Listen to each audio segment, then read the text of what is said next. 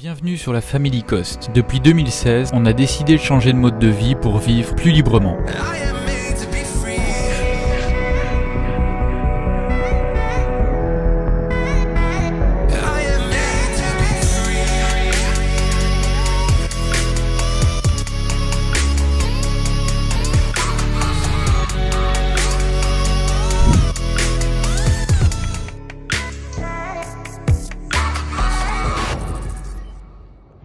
Coucou les compagnons et bienvenue dans cette nouvelle vidéo.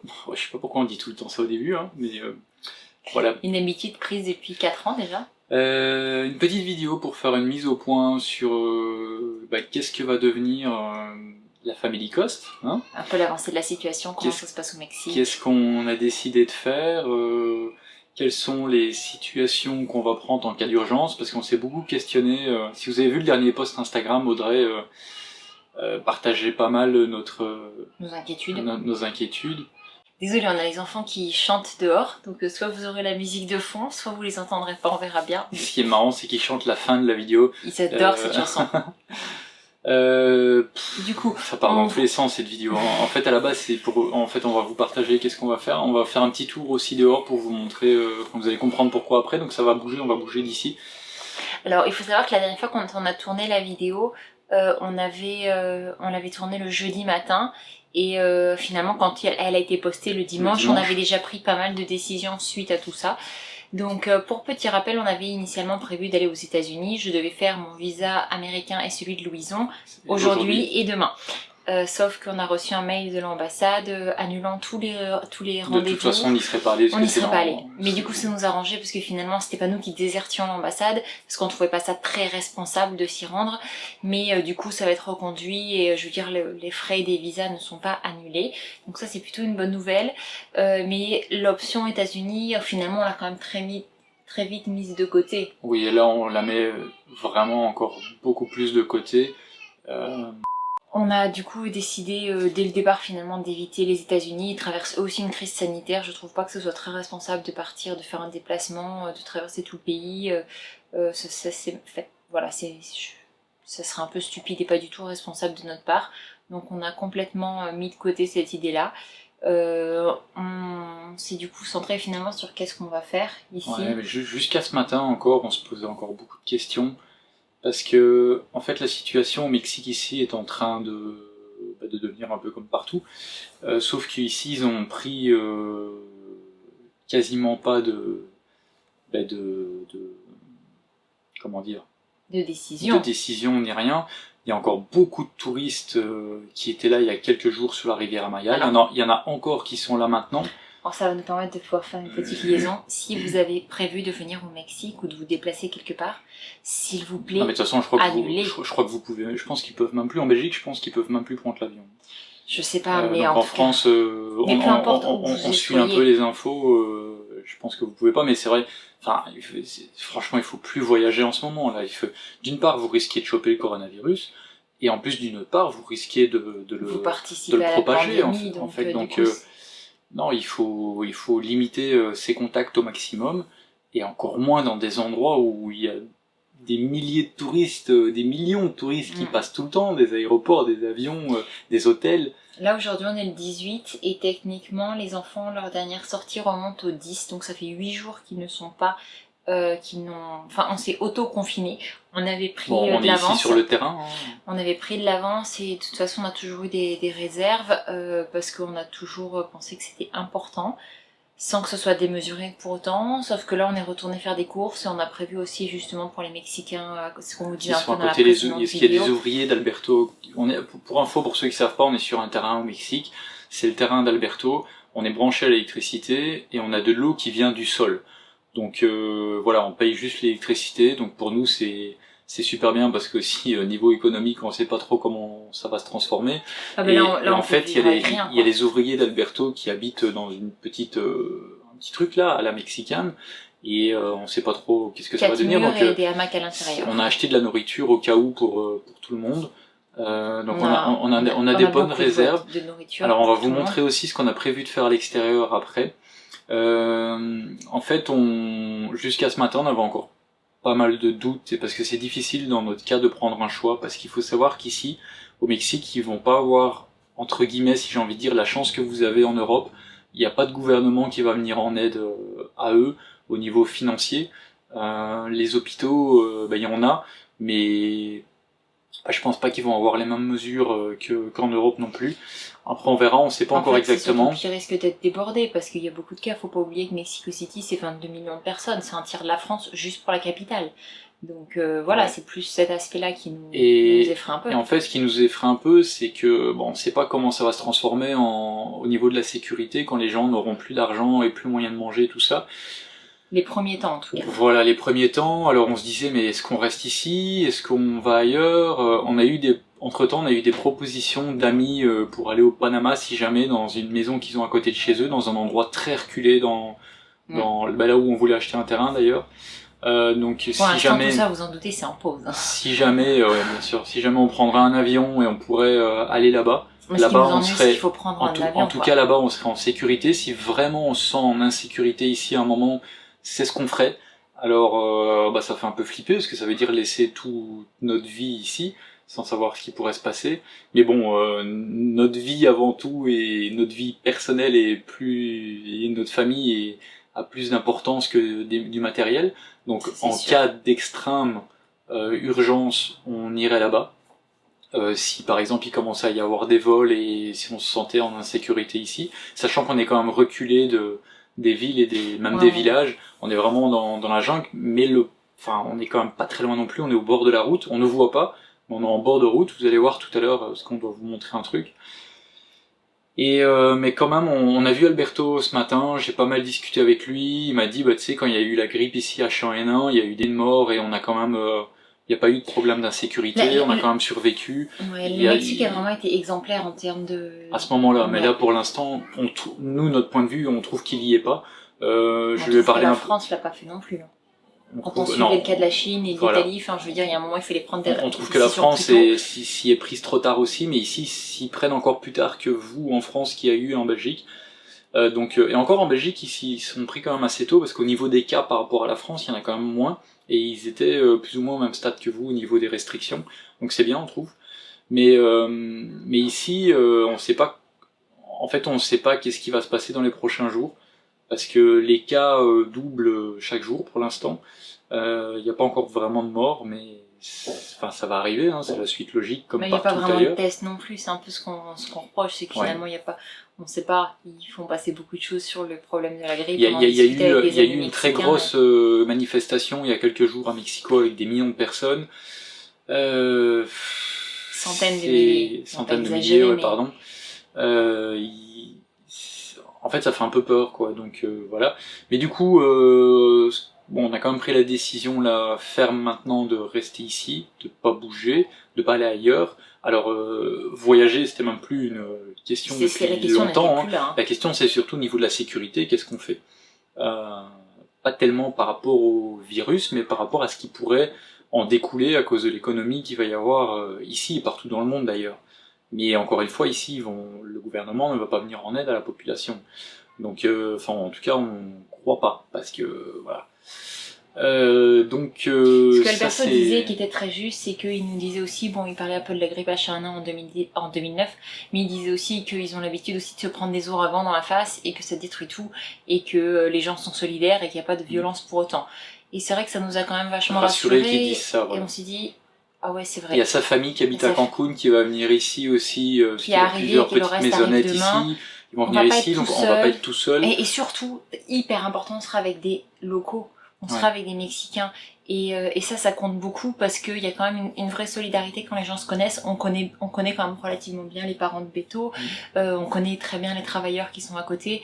Il y a une cohésion et on peut compter sur eux. Si après ils pourront compter sur nous, quoi. On n'a jamais eu peur au Mexique au niveau de la sécurité parce que les gens sont quand même gentils, mais on se dit quand même que en situation où les gens ont faim et où ils doivent donner à manger à leur famille, on sait jamais ce qui peut passer par la tête de certaines personnes. Et donc c'est ça aussi qu'on avait un peu peur. Sinon en temps normal au Mexique on n'a pas vraiment peur ici, quoi. Non, pas du tout. Mais voilà. Après nous sur un point de vue économique on sait pas non plus comment ça va se transformer puisqu'on n'a pas d'aide de nulle part. On n'est plus lié avec la France. Après, nous, on a un passeport belge et français enfin, la famille, on est belge et français. Donc, en cas de gros problème, on peut être rapatrié parce qu'on est quand même toujours considéré comme citoyen belge et français. Mais on ne touche d'aucune aide ni rien du tout. Donc, on a là pour l'instant YouTube. Apparemment, la rémunération, ça tourne encore, mais c'est peut-être des restes du mois parce que c'est tout nouveau. Donc on ne sait pas du tout comment ça va se transformer tout ça, si on aura encore des revenus pour les prochains mois à venir, combien de temps ça va durer. Donc il y a quand même des partenariats, on est un peu en mode off, mais on a quand même encore des demandes de partenariat pour l'instant pas trop sérieuses, donc on espère qu'il y en aura encore. On sait que les agences qui nous contactent régulièrement ont eu énormément d'annulations de contrats, donc on sait que nous on va avoir une grosse baisse aussi là-dessus.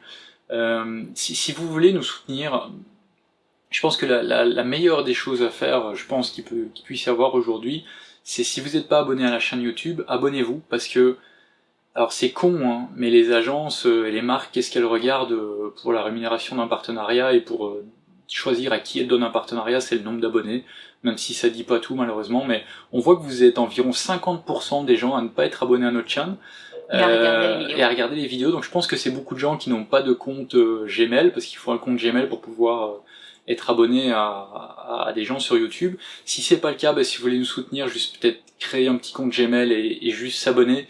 S'il y a plusieurs milliers de personnes qui font ça, je sais pas, hein, mais quand on voit qu'il y a 50% des gens qui sont pas abonnés, donc ça veut dire quand on fait 100 000 vues, il y en a 50 000 qui sont pas abonnés. Voilà, peut-être que ça pourra nous donner un coup de pouce pour quand il y a une agence qui hésite entre deux personnes. Oui, puis notre argent, on l'utilise pas que pour nous quand on voit les courses qu'on a fait. Enfin, je veux dire, là, honnêtement, on a vraiment du stock pour pouvoir nourrir vraiment beaucoup de monde pendant plusieurs semaines. On a un peu de réserve financière, mais on sait pas combien de temps ça va durer. On espère que ça va aller. De toute façon, nous, on se met vraiment en mode réserve maintenant. Ouais, de toute façon, on est capable de faire avec peu. On est vraiment capable de faire avec peu, donc on n'est pas inquiet à ce niveau-là. On a passé une grosse commande. Par Amazon, contre, là, on a... pour se sécuriser, pour être full autonome, on a commandé une grosse carafe qu'on vous montrera. Alors on a pris là, on voulait prendre la Berkey qui est bien connue un petit peu, c'est ce que les ONG prennent quand elles arrivent sur des catastrophes. Et on a nos amis de... Emmanuel et Sandrine qui eux ont une éco-filtro et qui nous avaient conseillé ça, on l'avait déjà eu chez eux, ils nous en avaient parlé. On était chez eux au Costa Rica, je sais pas si vous vous rappelez, ils ont une chaîne YouTube aussi, on vous avait déjà parlé d'eux. Et du coup, d'ailleurs ils ont fait pas mal de vidéos très intéressantes sur le sujet du coronavirus, on vous met le lien si vous voulez dans la description, comme ça vous pourrez aller voir. Mais du coup ils nous ont conseillé l'éco-filtro, ils nous en avaient déjà parlé à l'époque, et en fait c'est fait par des Guatémaltèques, donc des indigènes pour les indigènes, c'est-à-dire que c'est des carafes qui permettent vraiment de filtrer l'eau pour tous les gens qui n'ont pas accès à l'eau potable, en fait. C'est ça. Donc comme nous c'est le cas, on a un accès à l'eau mais pas à l'eau potable. Voilà, on s'est dit que ça fait longtemps qu'on voulait le faire techniquement, mais là on s'est dit c'était le moment. Après, il va falloir se réveiller. Après les délais sont assez longs pour les recevoir, donc on espère que ça va arriver. Normalement ça doit arriver le 30 mars, donc on espère que d'ici là. On a pris des toilettes compost. On a pris la toilette compost qu'on a finalement décidé de commander aux États-Unis. Il y avait des gros frais d'importation, mais on s'est dit au moins comme ça on va être autonome. On va potentiellement peut-être remettre des panneaux solaires et reprendre des batteries pour au cas où. Et là on va aller à l'extérieur pour vous montrer ce qu'on fait. Oui, et puis on voulait juste appuyer sur un point, parce que là c'est vrai que du coup on a parlé de nous, c'est pas pour autant qu'on pense absolument pas à vous, bien au contraire, on sait que vous êtes tous dans des situations qui sont tous pas forcément faciles, que vous regardez cette vidéo sans doute enfermé chez vous, c'est même quasiment certain, et voilà, on voulait vous dire qu'on pense très fort à vous, parce que finalement, même si on est tous un peu éparpillés dans le monde, on vit tous cette difficulté, je veux dire, ensemble, et je pense que c'est vraiment important de se soutenir. Si vous avez la possibilité d'aider quelqu'un d'une manière ou d'une autre, en lui offrant quelque chose à manger, ou en lui envoyant un message pour dire que vous pensez à lui, ou à remercier toutes les hôtesses de caisse qui se lèvent tous les jours et qui sont... On le voit souvent sur les réseaux sociaux, il y a beaucoup de... mais on remercie les médecins, mais on oublie les gens qui s'occupent des personnes âgées, on oublie les transporteurs qui amènent les camions de nourriture, on oublie les hôtesses de caisse qui elles, viennent au supermarché pour que nous, on puisse manger. Donc techniquement, il y a vraiment beaucoup de gens qui se démènent dans tout ça. De toute façon, je pense que le monde entier est à remercier. Il faut faire preuve de gratitude dans un moment pareil. Je pense que... c'est un peu difficile ce que je vais dire, mais je pense que c'est bon ce qui arrive en ce moment pour la Terre et pour l'humanité. parce qu'on était arrivé à un point où, de non-retour. Et je pense que c'est bon. C'est pas facile, ça va être difficile, mais si on regarde dans chaque situation, même déjà juste personnelle, c'est quand les moments où on a le plus évolué, le plus grandi, c'est quand il nous est arrivé quelque chose de grave dans notre vie, que ça soit une séparation, une faillite ou quoi que ce soit, une perte d'un proche, une maladie. C'est à ce moment-là qu'on se réveille et qu'on fait des choses. Donc là, si le monde entier est touché, j'ose espérer que, alors c'est peut-être un peu utopique, j'en sais rien, mais j'ose espérer que le monde s'en relèvera meilleur avec des meilleures solutions pour la Terre, pour l'humanité, pour nous tous. Donc je pense que c'est difficile, ça va être une situation vraiment difficile. Je pense qu'il faut voir. D'un côté, j'ai envie que ça dure, parce que si dans une semaine, si dans un mois tout s'arrête, chacun va reprendre sa vie, son train-train quotidien, il y a rien qui va changer. Si ça dure plusieurs mois, je pense que on va devoir trouver des solutions. Je sais pas si le terme envie est très adapté, mais disons que ça serait sans doute plus, il y aura un impact plus grand. Parce que là, évidemment, tout le monde va oublier. En fait, je pense qu'il faut arrêter de penser qu'à soi et penser un peu à la Terre et à l'humanité tout entière. C'est marrant parce que même nous, c'était pareil. Hein. C'est arrivé en Chine. Honnêtement, on s'en foutait de ce qui se passait en Chine. On s'en fout des Chinois. C'est ce qui est débile comme raisonnement. C'est arrivé en Italie. On s'est dit ah ouais, les Italiens quand même. Mais est-ce qu'on a fait plus attention pour autant à eux? Est-ce qu'on a vraiment eu un impact émotionnel sur ce qui leur arrivait? Non, parce que sinon on aurait déjà pris des décisions avant, les gouvernements aussi.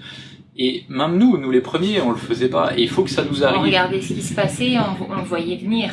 Il faut que ça nous arrive. Il faut que ça nous arrive personnellement pour qu'enfin on se réveille et qu'on regarde un peu ce qui se passe ailleurs et qu'on arrête de regarder notre nombril. Et je pense que ça, c'est des choses dans l'avenir qu'il faudra. Ça serait bien de pouvoir changer. Et après, je sais pas, c'est sûrement utopique, parce que chaque gouvernement, chaque pays pense différemment, a des lois différentes. Mais qu'est-ce que ça serait bien que tout ça évolue et qu'on déjà on pense plus à la terre plutôt qu'à profit et à pouvoir et après c'est bien d'avoir des profits et de développer des choses et tout ça, mais en le faisant en conscience par rapport à la terre et aux autres et pas juste pour soi et voilà, en le faisant avec bienveillance. Et je pense qu'il y a moyen de encore avoir des évolutions même financières et tout, et même des évolutions dans plein de trucs, mais il faut revoir plein de choses. Enfin soit, c'est un long débat. On va aller, On a décidé du coup, vu qu'on restait ici... On va montrer ça. On était en train de chercher les enfants, ils étaient enfermés dans la voiture. On a eu un coup de stress. Petit coquinou, vous partez où? On part avec le bouée. Trop bien. Ça va les loulous? Oui. Bon, je sais pas si la luminosité est bonne là. Voilà, on est repassé en automatique, ça va être plus simple. Oui, donc si vous vous demandiez, les enfants ils étaient en train de jouer dehors, Louison est en train de faire la sieste, donc on en a profité pour faire la vidéo. Donc voilà, en fait la caravane elle est là, on est bien, on est sur un grand terrain, les ouvriers d'Alberto ils habitent là-dedans, ça c'est leur cuisine là dehors. Donc comme vous voyez ils sont vraiment à la mexicaine des villages, pas des hôtels de Playa del Carmen et de Cancun. Alors on est au bord de la route, c'est pour ça que vous entendez les voitures et c'est pour ça que vous entendez souvent les voitures quand on faisait des vidéos en extérieur. On en fait moins souvent parce que... On les fait dedans parce qu'on nous faisait souvent des réflexions. Ouais, alors au niveau de... Finalement on vous a jamais un peu expliqué comment ça fonctionnait ici. Donc au niveau de l'eau, si vous voyez il y a un tuyau rouge là par terre qui va jusqu'à la caravane. Alors il va là-bas, il est raccordé là. Hop, là-bas l'eau est allumée et en fait il y a une pompe là-bas avec une pompe qui va dans le sol. Il y a des gros réservoirs là au-dessus, je sais pas si vous voyez, le noir et le vert, ça se remplit et ça amène de l'eau par gravité en fait. Donc avec c'est pour ça qu'ils sont un peu surélevés parce qu'il n'y a pas de pression d'eau ici. Et en fait l'eau arrive doucement et remplit dans la caravane. Donc si par exemple on se mettait plus haut que ces bidons là, l'eau n'arriverait pas parce qu'avec la gravité elle n'arriverait pas. Mais par contre l'eau on en a tout le temps parce qu'elle vient du sol. Donc elle fonctionne avec une pompe électrique. Exactement. S'il n'y avait plus d'électricité on pourrait mettre un panneau solaire dessus. Au niveau de l'électricité, je vais vous montrer et après où tu veux tenir, je vais aller montrer. Hop.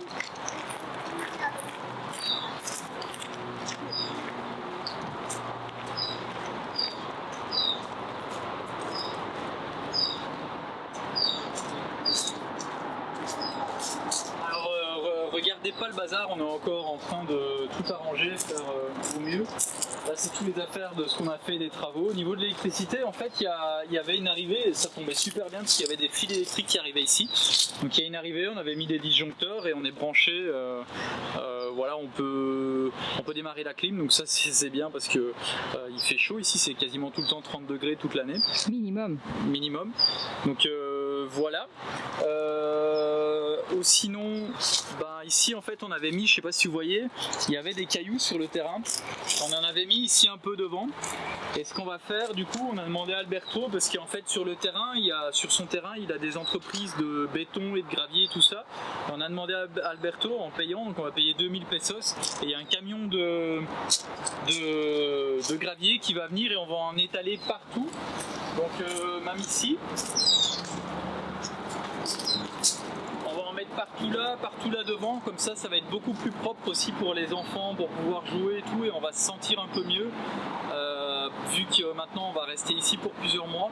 Alors ce qu'on a fait aussi, c'est qu'on a acheté plein de choses pour jardiner. Voilà, on a acheté énormément de semences, des tomates cerises, des carottes, des brocolis, salades, des courgettes, des choux-fleurs, des oignons, des fraises, des haricots, toutes des herbes aromatiques. On a acheté des pots qui sont là. Voilà, on a tout ce qu'il faut